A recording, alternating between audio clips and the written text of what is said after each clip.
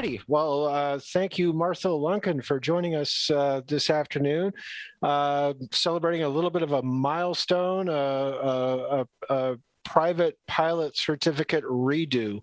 How many years between your first and your second private pilot check ride, if I might be so 60. Okay. Yeah, it was March of 1962 when I got the first private license. And the second was pretty recently, yes? Yeah, it was Christmas Eve of December 2021. So the best Christmas present ever. A lot of people are happy to hear that you're flying again. I assume none more than you yourself. Tell me what you've been doing with it. Well, during the 9 months that I was in purgatory, I have several friends at the airport where I keep my Cessna 180, and I would fly along as a passenger. So, I maintained some degree of proficiency, and I've owned that airplane for 30 years. So, it's kind of like riding a bike, although a 180 can be a little squirrely on hard surface. And then as December approached, I was worried to an extent about the IACRA system and going back in there and registering as a student pilot, since I had all these type ratings and certificates. But a real great group down at Lunkin, Flamingo Air, one of their employees is a whiz with IACRA, and she helped me get through that. It did crash a couple times, but we got into it. So then I was good to go. And it's very hard to find out specific information from the FAA these days. They don't answer calls, they're not in the office, and there's nobody to ask. So we decided the best thing to do was, my time all counts. My ratings are gone. My certificates and ratings are gone, but the time counts, and I have about 14,000 hours. So I took 3 hours in preparation for the private check ride and the private practical test with a wonderful guy up at Waynesville Airport, north of Cincinnati. And frankly, if you want me to be totally honest, of course, I'm telling you what I'm writing about in my column. But I thought it would be rather like these guys are all way behind on giving their observed rides. FAA inspectors are supposed to ride with their examiners at least once a year, I think. And they've been pretty slack about that, and especially lately. So the examiner, Bob Miller, told me he was due for an observed ride. And I chose Bob because he's the only tailwheel examiner in our area. Well, I gnawed on that for a while. And as you may know, the inspector always tells the applicant and the examiner, don't worry about me being back here. I'm just here to observe the examiner. But you also know you're going to get the most complete check ride in the world. So, and one person watching you is watching through rather unfriendly eyes. I said in my article, when I was in the Indianapolis FAA office, I used to have an examiner out in Terre Haute who I dearly loved, but Herman only flunked one check ride a year, and that was when I was out there to ride with him. Pardon me. So anyway, we decided I would take the test in the 1967 Cessna 150, and I have about close to 6,000 hours instructing in Cessna 150s. I had one in my flying school, but that was 50 years ago. So I had to do a little homework on the numbers and the weight and balance and all that. And then I went through the private pilot questions, for the oral. Bob was very serious about it. He wanted to do things by the book, and I appreciate that. So Christmas Eve morning it wasn't ideal, but it was better than it has been. And I drove up to Waynesville and we flew the check ride in that Cessna 150. And, it was a joy to fly. I mean, I have to tell you, I love J3 Cubs. I love DC-3s. I love Lockheed Lodestars and Beech-18s, and Cessna 180s. But there's something about, especially an older Cessna 150, that's just, it's a sweet airplane. It's a fun airplane to fly. So, but we did do a very complete flight check and oral, and the flight check took about 2 hours. And I got a little bit lost because he wouldn't let me use the VOR or my iPad. But I found myself, so all was well. And then when I came back home to Lunken, I flew with an instructor who signed me off for high performance, complex, and tailwheel.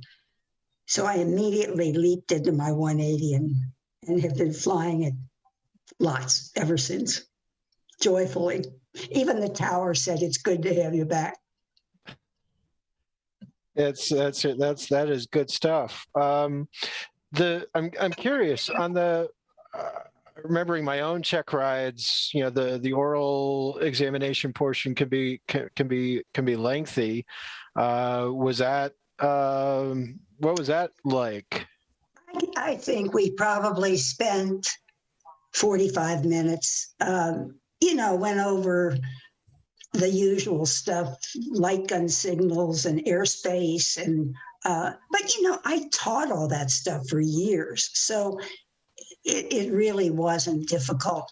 But I did study. I brushed up on everything, and I wanted to be well prepared. And I whipped out my old E6B and my plotter and laid out the course on a sectional chart, which was a good thing because as we got into the ride, he wouldn't let me use the VOR or my iPad. And the wind was blowing, so there was a pretty good correction angle. And finally I said, I think that's Hillsboro. I'm kind of not heading exactly for it, and it was. So then we turned around and came home. And the numbers in a Cessna 150 are not difficult to learn, although these were in knots, which was kind of a new thing to me. But the joy of it, the good wishes of so many people, it was a beautiful thing. Pardon me, I have a frog in my throat. I always feel like the Lord works in mysterious ways, and as painful as this was, and it was very, very painful and unexpected, I connected with so many people. Now, a few of them thought I should go to jail. But the vast majority were very supportive.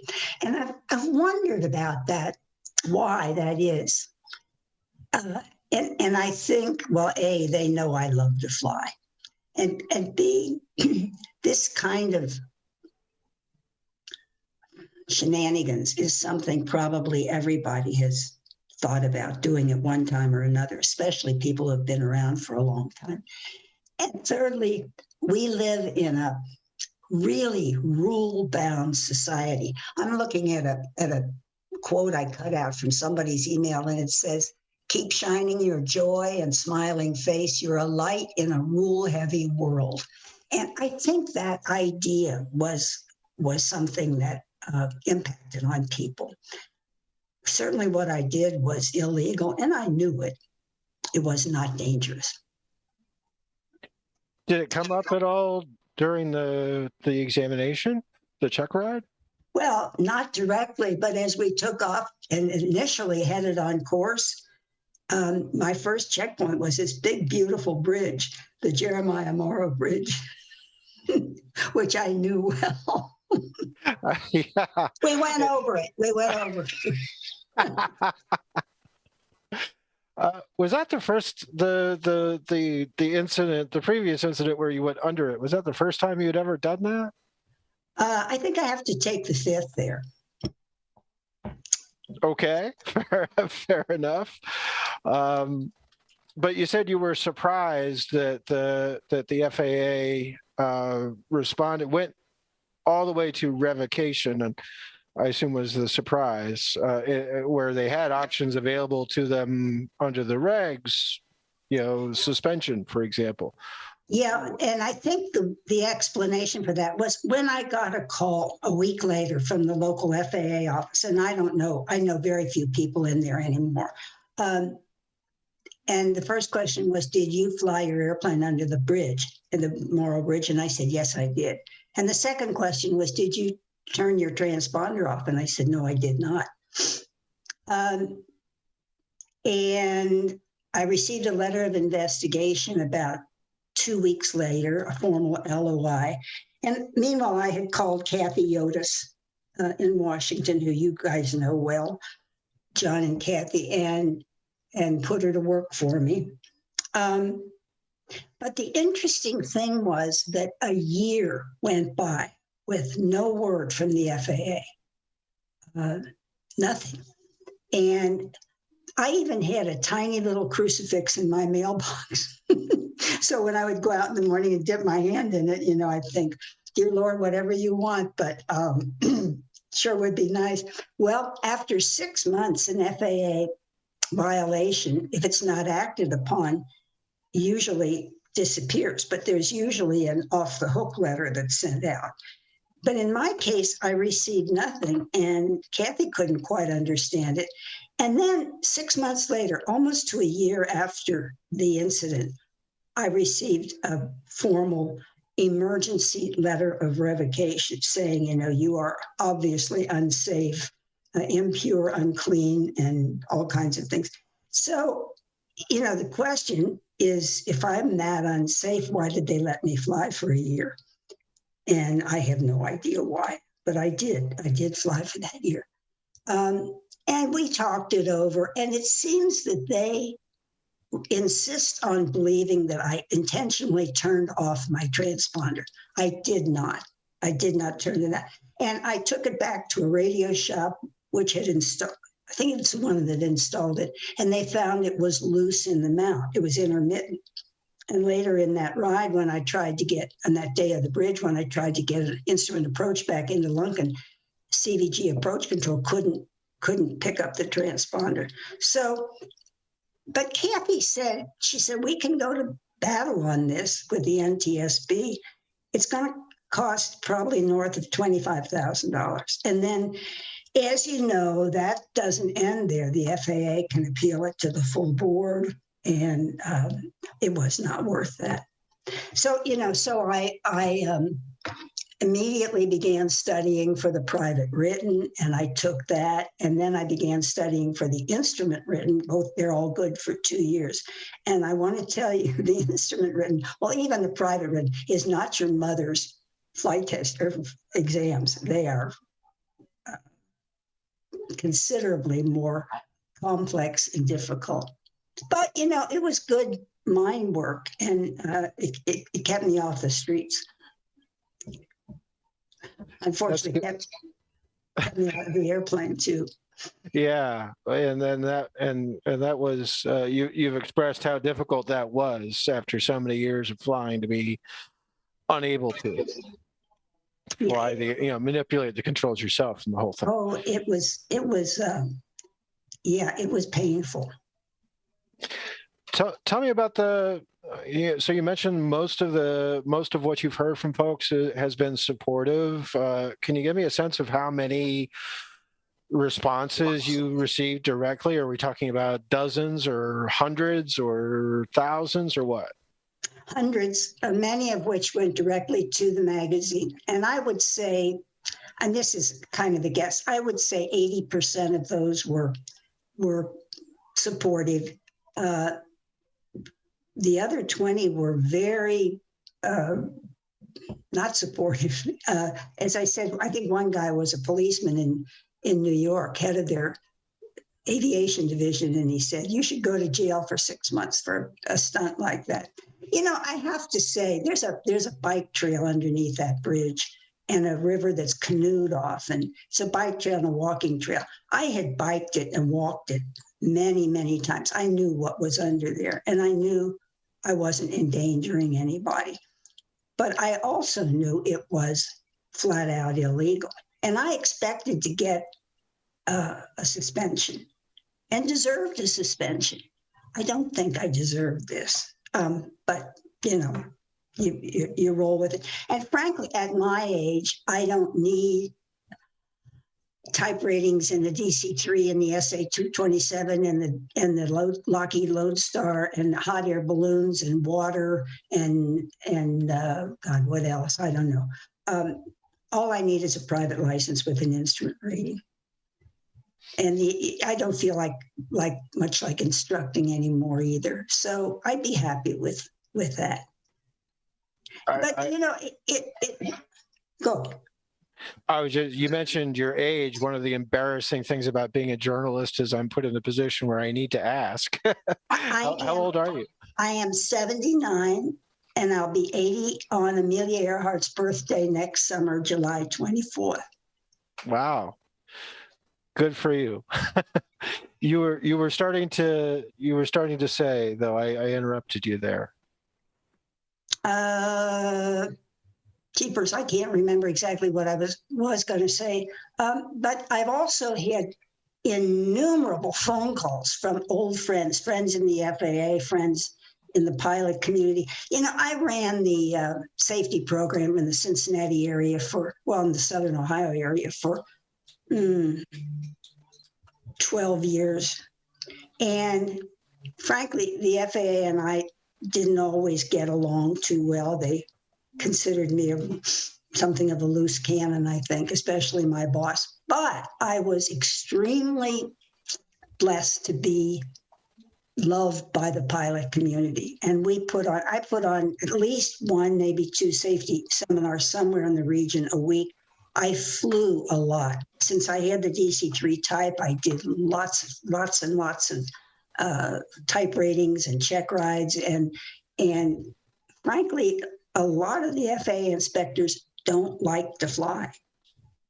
And I'd always pick up on it, because if I had a chance to get out of the office and fly an airplane, you know, I was all for it. But my boss and I did go around and around, and I wasn't his favorite. Do you think that you have been, how shall I say, you've been critical of the FAA in your writing at times. Do you think that had anything to do with the agency's approach to your particular case, or not? Well, I do know this. Unbeknownst to most pilots, including me, this business of turning a transponder off 2 months before I flew under the bridge became a revocable offense. And, you know, that wasn't, so in order to really get to me, they needed to, you know, use that. And as I said, I did not turn off the transponder. It would have been stupid to turn off the transponder. I was below the hills and probably 300 feet above the ground down in that river valley. They wouldn't have seen it if the ADS-B had been on.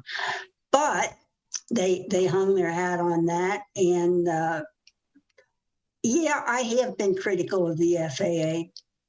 You know, I have a friend who at age 60 retired from flying personal jets for people, and he goes way back to DC-3 freighter days. He's a wonderful mechanic and a wonderful pilot, and he took a job with the FAA at age 60 because if you stay for 5 years, you get a retirement. So it's a good deal. And there's a lot of retired airline pilots and corporate pilots who do that. And this guy stayed for 4 years, and he quit. And he said, I couldn't stand it. I couldn't stand the bureaucracy, the snarl, the huge emphasis on computer entries, the lack of personal interaction with my pilots and my mechanics. And I understood that. It's more and more, I think, becoming a non-flying bureaucratic organization. Of course, this is a long time ago, but back in the day, I know that Clarence Wilson, who was the chief at the Cincinnati FSDO, would have called me into his office and said, Martha, give me your pilot certificate. And he would have put it in his desk drawer and said, come back and see me in 3 months. And, that's the way I think to handle people. The machinery of the FAA is unbelievably clogged and I think unnecessarily. Plus, there's the other fact of no historical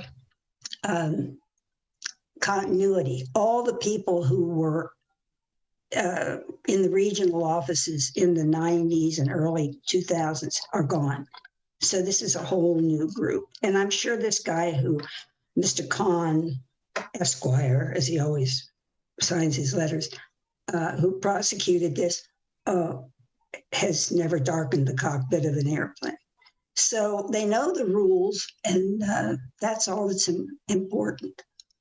But, it's a hard thing. I mean, I don't want any kid or anybody to go flying under a bridge, although you'd be amazed at how many of them confessed to me that they had. I don't want to say, hey, this was really cool. You guys should try this. No. And I'm sorry it got out in public because it might give that impression. Well, I'm glad that you made that point.